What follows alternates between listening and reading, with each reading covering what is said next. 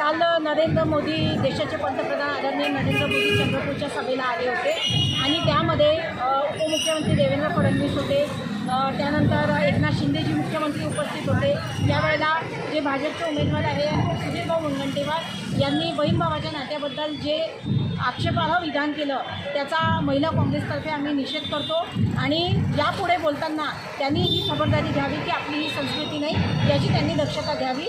आम्ही महिला काँग्रेसकडून आणि सर्व काँग्रेस पक्षाकडून या सर्व प्रतिनिधी जमल्या सगळ्यांकडून आम्ही निषेध करतो। कशाबद्दल अपेक्षा केलं होतं ते बोलू प्रत्येक स्टेटमेंट देऊ शकत नाही, पण आक्षेपार्ह विधान त्यांचं आहे, तुम्ही बघू शकता।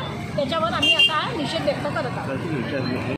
मीडियावर व्हायरल झालं होतं की बहीण भावाच्या नात्याबद्दल इतकं गलिच्छ अशा भाषेमध्ये आमच्या भावांनी वक्तव्य केलं। अख्खा महाराष्ट्र त्या व्यक्तीला भाऊ म्हणजे बहीण भावाच्या नात्यासाठी इतका घाणेरडं वक्तव्य करतं। खरं तर कोणत्याही महिला किंवा पुरुषांना इथल्या जनतेलाच आवडलेलं नाही आहे आणि त्याच्यामुळे अशा पद्धतीने गलिच्छ वक्तव्य देणं मला तरी वाटते की चांगलं नाही। काँग्रेसची ही संस्कृती नाही आहे ज्या पद्धतीने ते घाणेरडं बहीण भावाच्या नात्याबद्दल होत आहे। काँग्रेसची ही संस्कृती नाही, ही कुठली संस्कृती आहे आणि त्यांना काय माहिती आहे हे त्यांनाच माहीत असेल म्हणून असं वक्तव्य केलं।